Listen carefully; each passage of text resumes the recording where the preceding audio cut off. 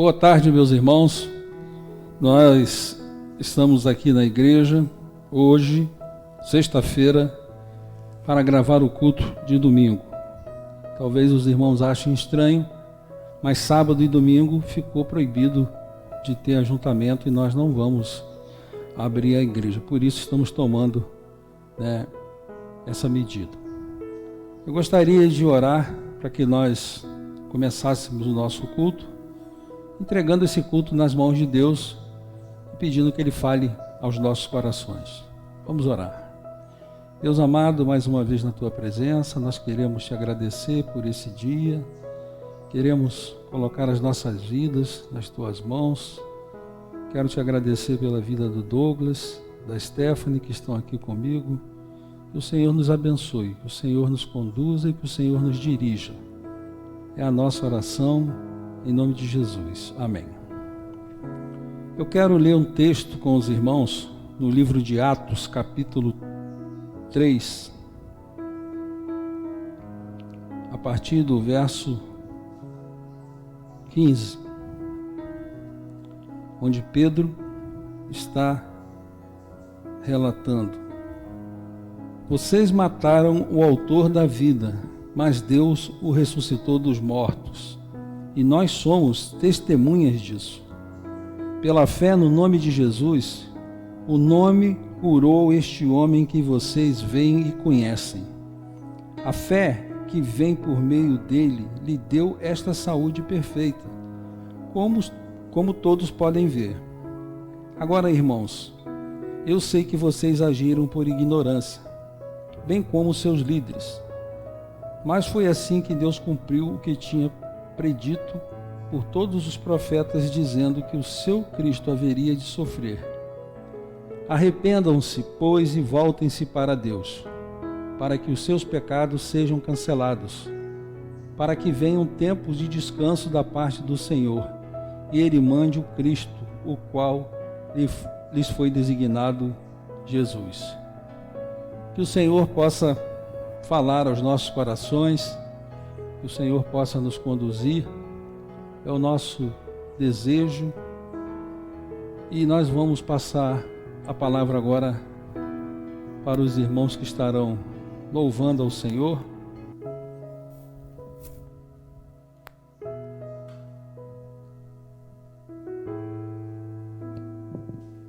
Amém.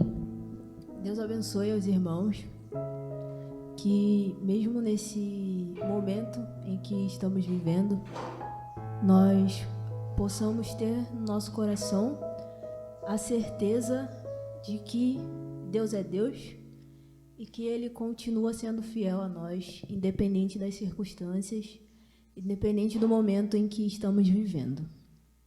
Vamos louvar a Deus agora com o hino Grande ao Senhor, que é um hino muito conhecido. E é um hino, uma forma de louvar a Deus e dizer o quanto Ele é grande em nossas vidas.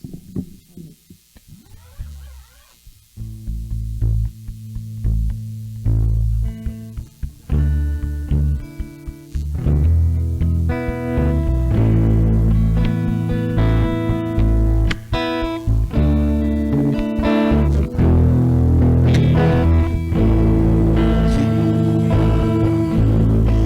Senhor,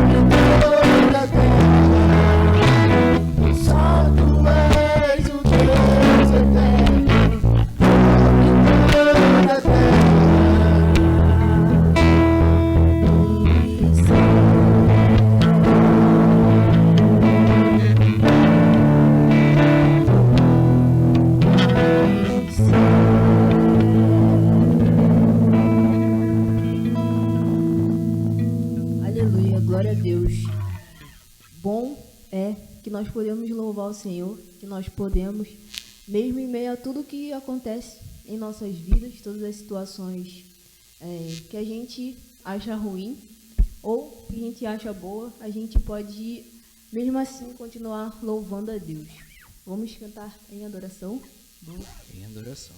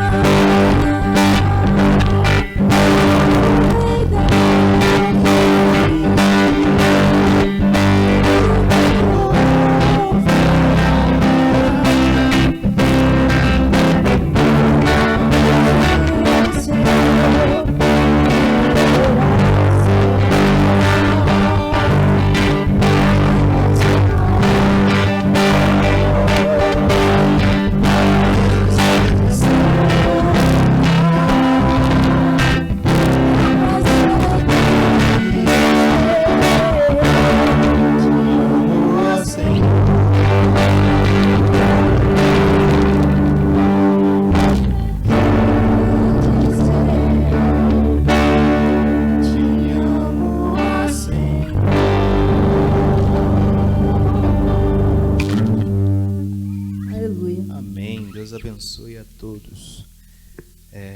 Vamos voltar a palavra com o pastor, que estará dando continuidade ao culto. Amém.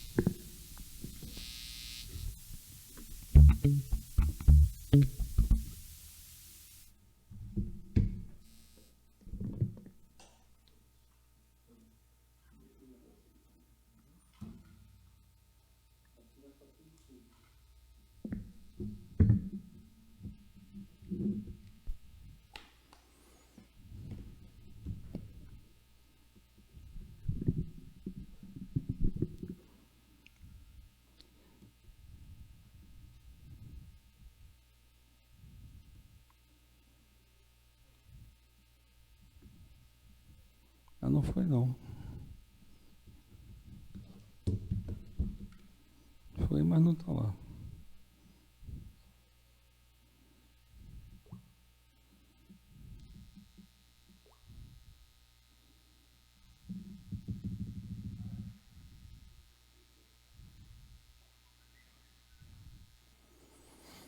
Problemas técnicos, irmãos.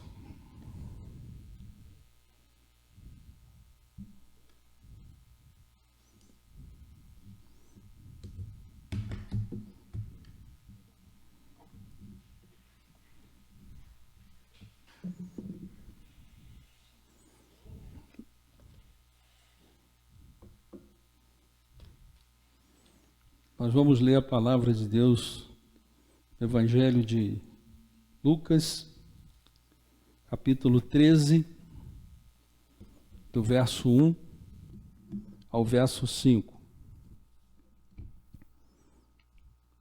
Lucas, capítulo 13, do verso 1 ao verso 5. Diz assim na minha tradução: naquela ocasião, alguns dos que estavam presentes contaram a Jesus que Pilatos misturara o sangue de alguns galileus com os sacrifícios deles. Jesus respondeu: vocês pensam que esses galileus eram mais pecadores que todos os outros, por terem sofrido dessa maneira? Eu digo que não. Mas, se não se arrependerem, todos vocês também perecerão. Ou vocês pensam que aqueles 18 que morreram quando caiu sobre eles a torre de Siloé eram mais culpados do que todos os outros habitantes de Jerusalém? Eu digo que não. Mas, se não se arrependerem, todos vocês também perecerão. Vamos orar mais uma vez? Deus amado, cuja presença nós nos encontramos, nós queremos nesse momento pedir ao Senhor que o Senhor seja com as nossas vidas, que o Senhor tome a Tua palavra e que possamos fazer somente aquilo que é da Tua vontade. Nos usa, é o nosso pedido, é a nossa oração, em nome de Jesus. Amém. Nós queremos pensar nesta noite sobre o tema a necessidade de arrependimento. Este capítulo traz uma coletânea de assuntos que não estão em uma ordem como nós gostaríamos que fosse. Neste caso, o Senhor Jesus não está preocupado com esse fato, e sim de explicar-lhes a verdadeira mensagem do Evangelho. Porque isso é necessário que entendamos que não existe uma cronologia dos fatos em si, mas o seu foco está na questão do aprendizado. Porque quando se aprende um determinado assunto, podemos refletir e chegar a uma conclusão. No caso dos discípulos, o Senhor Jesus estava preparando-os para o evangelismo pessoal e para a disseminação do cristianismo, ou como alguns preferem, aqueles que eram do caminho. Sem dúvidas, esse foi um dos maiores desafios que o Senhor Jesus encontrou.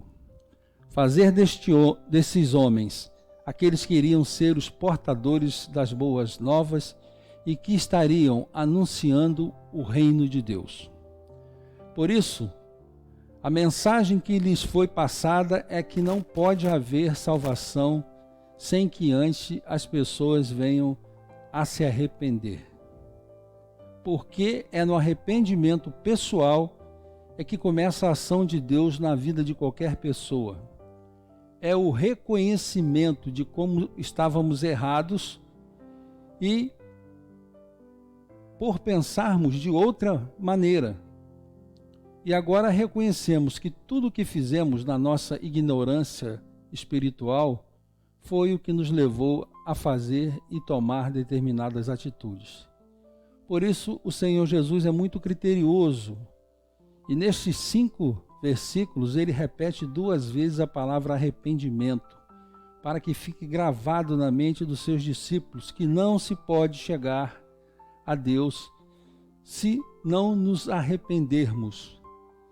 E se nós não confessarmos, se nós não nos confessarmos diante de Jesus, então podemos entender o tema dessa mensagem, a necessidade do arrependimento. E o primeiro ponto que eu quero destacar aqui é que aqueles homens, eles tinham uma visão distorcida.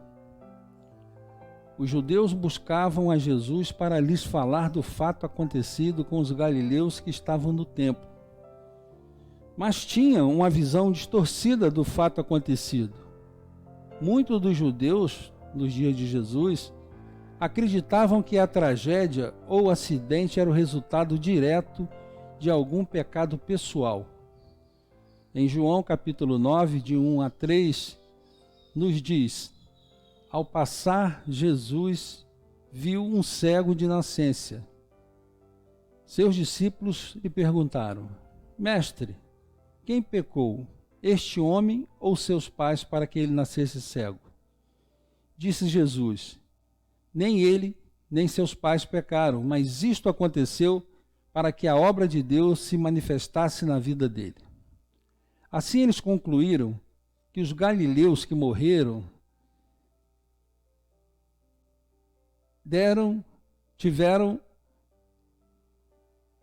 deveriam ter sido grandes pecadores. Eles basearam essa visão em uma teoria falha da retribuição divina que nos leva ao livro de Jó, e muitos atribuem ao tema: pode um justo sofrer? Em Jó, capítulo 4, verso 7, o seu amigo Elifaz de Temã pergunta: reflita agora, qual foi o inocente que chegou a perecer? Onde foi que os íntegros sofreram destruição? Jesus repudiou essa teoria e viu a morte dos galileus como consequência do pecado em geral. Jesus enfatizou o erro da visão ao colocar a palavra não em primeiro lugar na frase para dar ênfase. No verso 3, diz assim: eu lhes digo que não, mas se não se arrependerem, todos vocês também perecerão. Ele então tirou uma conclusão: todos precisam se arrepender, porque todos são pecadores. Todo pecado traz julgamento e todos que não se arrependem de igual modo perecerão. Essa foi a mensagem de João Batista e de Jesus. A ideia dos dois eram idênticas. Arrependei-vos, pois é chegado o reino de Deus. Como posso almejar a salvação se não reconheço a minha verdadeira situação? Todos nós somos pecadores e estamos separados de Deus, é o que nos diz Romanos 3:23. Pois todos pecaram e destituídos estão da glória de Deus. Para que isso seja desfeito, é necessário um arrependimento através do reconhecimento das nossas falhas durante todo o período de nossa vida. Como isso é difícil para tantas pessoas. Para algumas é até impossível. Como reconhecer que estamos errados?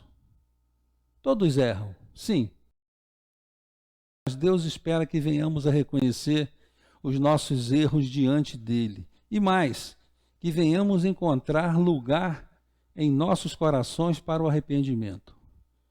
Com esse sentimento, em nossos dias, tem sido desprezado. As pessoas têm se firmado nos seus erros orgulhosamente e têm perdido a humildade para reconhecer que, como seres humanos, erramos e falhamos em muitas coisas. Reconhecer nossos erros é o caminho para o arrependimento. E o arrependimento é o caminho para o perdão e para a libertação. Quantas pessoas já ouvi dizendo: não me arrependo de nada do que eu fiz. Isso é uma atitude de orgulho que é firmada num pensamento egocêntrico e pecaminoso.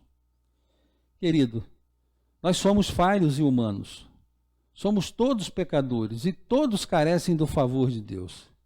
Ninguém é melhor do que ninguém. Outro meio que temos para que possamos nos desculpar de nossos erros é responsabilizar os outros. Eu fiz isso porque sempre é o outro que nos impeliu para o pecado. Temos a tendência de relativizar as nossas atitudes em função dos outros. Há uma ilustração que diz que alguém, ao chegar no céu, foi se apresentar ao Senhor Jesus. E lá ele estava, face a face com Jesus. E Jesus lhe perguntou: por que você tomou essa atitude no dia tal? Aí, rapidamente, ele respondeu: ah, Senhor, a minha esposa foi culpada disto. Jesus o interrompe e diz: a sua esposa vai passar por aqui também. E terá de esclarecer isso e outras coisas. Mas você, por que não perdoou a sua esposa? Isso pode acontecer com qualquer um de nós. Nós não abrimos espaço para o perdão, para o arrependimento em nossas vidas. Há espaço em seu coração para o arrependimento?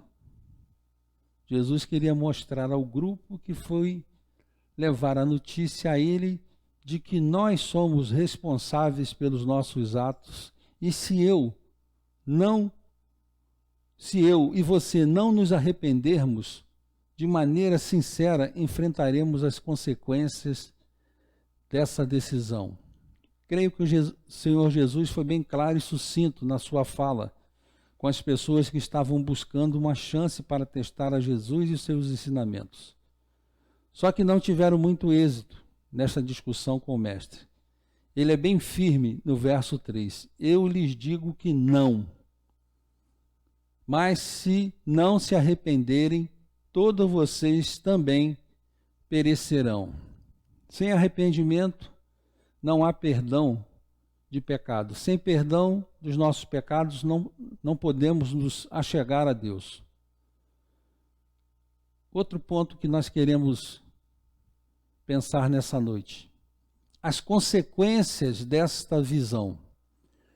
O Senhor Jesus havia ensinado quais as consequências desta visão ao julgarmos os outros inferiores a nós mesmos. Em Mateus 7, 1 e 2 nos diz assim: não julguem, para que vocês não sejam julgados, pois da mesma forma que julgarem, vocês serão julgados, e a medida que usarem também será usada para medir vocês. Isso acontece nos nossos dias. Se não estivermos bem espiritualmente, nós vamos fazer justamente o que o Senhor Jesus nos ensina a não fazermos, que é julgar os outros irmãos. Isso demonstra o quanto estamos aquém daquilo que o Senhor Jesus deseja para as nossas vidas. Jesus deseja que alcemos voos mais altos espiritualmente, mas precisamos parar de olhar para os outros para olharmos para Deus e nós mesmos. É na santidade do Senhor que iremos buscar nos santificar.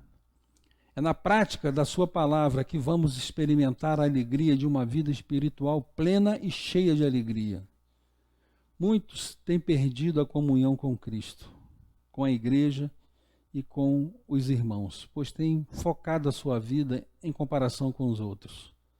Quando Deus nos chama para focarmos nossas vidas em comparação com Cristo Jesus, somos chamados para olhar para Cristo, e quando olhamos uns para os outros, nos julgamos mutuamente, acabamos criando as nossas próprias leis, escrevendo as nossas próprias escrituras e vamos caminhando numa direção contrária à submissão, à humildade, e com isso não há como nós escaparmos e não conseguimos o amor ao próximo, que é o caminho de Cristo. Quantos de nós nos consideramos melhor que os outros? Todos. Nossos comentários a respeito de outras pessoas sempre evidenciam que, se fôssemos nós, agiríamos de outra maneira. Dizemos: mas fulano falou isso, eu não faria isso. No caso das pessoas aqui, o Senhor Jesus está vendo uma coisa: o determinismo social. Mas o que vem a ser isto? Determinismo social é a crença de que o ambiente social é o maior influenciador na vida dos indivíduos. Ou seja, acredita-se que o comportamento individual é moldado em função do ambiente social. O determinismo social normalmente é utilizado no senso comum das pessoas, como exemplifica o ditado: filho de peixe, peixinho é. Ou seja, quem nasce em uma região pobre, por via de regra, continuará pobre. Eu digo que isso não é verdade, porque nós trabalhamos ali na comunidade da Mangueira e muitas pessoas ali estudaram no colégio público, se formaram no ensino médio, foram para a faculdade e também se formaram. Então, existem muitas pessoas dentro das favelas que não são João ninguém. São pessoas que lutaram. O sol nasce para todos. Não é privilegiando um e deixando o outro sem oportunidade. Aquele que veio de um lar violento logo tornar-se-ia um indivíduo violento. O mesmo se aplica aos crimes, aos moradores de regiões marginalizadas e outros casos. A ideia de determinismo social atualmente é combatida em função da liberdade e do poder de escolha que cada indivíduo possui sobre a sua própria vida. Será que é assim mesmo? Jesus sentiu esse determinismo social na pele, quando Natanael fez a pergunta a André. André havia encontrado Jesus e agora chama Natanael para ir lá vê-lo. Perguntou Natanael, está lá em João, capítulo 1, verso 46, tá? Perguntou Natanael: Nazaré? Pode vir alguma coisa boa de lá? Disse Filipe: venha e veja. O senso comum é um tipo de pensamento determinista que não foi testado nem verificado, nem pode dar aval às pessoas. Ele está presente no nosso cotidiano e é passado de geração em geração. Afirmar que esse tipo de conhecimento é categoricamente popular e culturalmente aceito, mas que não garante a sua veracidade, ainda que as pessoas tenham todo um ambiente propício para a violência, a maldade, aos vícios. Jesus nos ensina que podemos ser diferentes do nosso meio. Aleluia! Jesus, com seu conhecimento, sabia que isso iria fazer com que as pessoas pensassem errado. Por isso ele diz ao grupo que estava trazendo essa notícia, já dando o veredito sobre aqueles galileus. Esquecem-se que em Ezequiel, capítulo 18, de 2 a 4, está escrito assim: Ezequiel, ouvindo da parte de Deus: o que é que vocês querem dizendo esse provérbio sobre Israel? Os pais comem uvas verdes e os dentes dos filhos se embotam. Juro pela minha vida, palavra do soberano Senhor, que vocês não citarão mais esse provérbio em Israel. Pois todos me pertencem, tanto o pai como o filho me pertencem. Aquele que pecar é que morrerá. Assim sendo, não havia compreensão da parte dos judeus, porque não conheciam as Escrituras e se deixavam levar pelo senso comum. Por isso é necessário refletirmos antes de nos colocarmos em uma determinada posição ou contra um determinado grupo. Por isso nós da Igreja Batista não temos um comandante que resolve sozinho todas as coisas, mas nós nos reunimos em assembleia e discutimos até termos um consenso sobre determinado assunto, sem rotular qualquer um que seja. E todas as questões que nos envolvem, precisamos ter cuidado com as consequências dessa nossa visão distorcida. O terceiro ponto é o preço a ser pago por não se arrepender. Jesus agora começa a falar sobre o preço a ser pago por não se arrependerem. Todos irão perecer. Perecer é deixar de viver, é morrer, é a morte prematura ou violenta.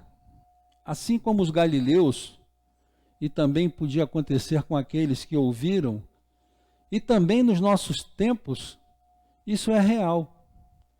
Nenhum de nós tem garantida a sua vida. Ela não está em nossas mãos. Podemos partir desta vida a qualquer momento, se não tivermos nos arrependido dos nossos pecados e se não aceitarmos o perdão de Deus através de Jesus como nosso único Senhor, iremos perecer eternamente. Deus tem atuado na história da humanidade para mudar o destino dos homens. Este foi o propósito da vinda de Jesus a esse mundo. Mas, infelizmente, muitos têm se mantido cada dia mais duros, insensíveis e orgulhosos, se recusando a olhar para si mesmo e, assim, não sendo capaz de perceber suas misérias e sua necessidade de Deus. Deus deseja a salvação de todos os homens e não se alegra na perdição de ninguém. Deus nos ama e está com os braços estendidos para nos abraçar e nos socorrer. Satanás no Éden desviou o caminho dos homens, afastando-os de Deus. Jesus veio ao mundo para nos reconduzir ao caminho de volta para Deus. Simples assim. Jesus vem ensinar o povo como podemos trilhar esse caminho de volta ao Pai. Isso só irá acontecer quando eu e você e tantos outros entenderem o que o Senhor Jesus fez por nós. Isso não tem preço. E é isso que está dizendo ao povo e seus discípulos, que eles deveriam aceitar a sua mensagem. Arrependei-vos, porque é chegado o reino dos céus. Eu já fui convidado e já aceitei o convite de Deus através de Jesus, seu Filho. E você, que está nos ouvindo, você deseja perdão dos seus pecados? Deseja a libertação da culpa através do arrependimento? Você quer ir para o céu? Deseja usufruir da presença constante de Jesus? Você quer ter paz e desfrutar do refrigério que só Ele pode nos dar? Então se examine e vê se há lugar para arrependimento dentro de você. Não pode ser uma decisão emocional, convencional ou política. Tem que ser uma decisão pela fé. Em tudo o que já dissemos, essa decisão de fé precisa vir de um coração disposto a se entregar totalmente para Cristo. E só quem pode tomá-la é você. Ela é individual, é intransferível. O Espírito Santo está falando ao seu coração nesta noite. Está te confrontando com a realidade e a necessidade de sua alma em clamar a Deus por sua misericórdia e a sua graça em sua vida. Essa graça de Deus te chama hoje para a salvação. Você aceita o convite de Deus, arrependendo-se dos seus pecados para a vida eterna? O que está impedindo que você tome essa decisão? O tempo urge e nenhum de nós sabe quanto tempo ainda temos de existência nesta vida. Por isso, Isaías, no capítulo 55, verso 6, diz assim: busque o Senhor enquanto se pode achá-lo. Clamem enquanto Ele está perto. E para concluir, nós desejamos que Deus possa te abençoar nesta noite, te dando condição espiritual para que você perceba a grande oportunidade que o Senhor te dá hoje para mudar o destino da sua eternidade. Entregue-se a Cristo e aceite a sua salvação nesta noite, em sua casa, neste momento. Vamos orar? Senhor nosso Deus, nós pedimos agora para que aqueles que ouviram a Tua palavra, que entenderam que sem arrependimento não há perdão de pecados, não há uma nova vida com Cristo, porque nós precisamos nos arrepender.